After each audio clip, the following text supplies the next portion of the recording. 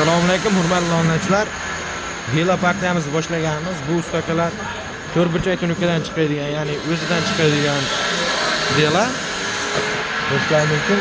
Bu tepkilar ustakalar. O'qqa to'rtga qo'yganmiz. Bu ustakalar uporlar hal qo'yilgan yo'q ekan.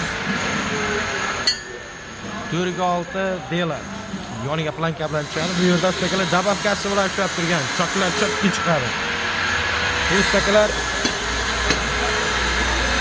6 ga 8 deylar. 5 ga 7 deylar degani. 5 ga 7 deylar. Bu yonda dabavkasi bo'lmaydi. Yerda bukiladi. Bu yor oyoqchasi bo'ladi. Bu tunuka ustakalar, bu oyoqsiz tunuka, bu oyoqli tunuka. Ya'ni bukilganda plankani ishlab turgan narada oyoqchasi bo'ladi. Kimga shunaqa avtomobillar kerak bo'ladigan bo'lsa, aloqaga chiqinglar, telefon nomerlarini o'tib kanalimiz hali yangi obuna bo'lib qo'yinglar.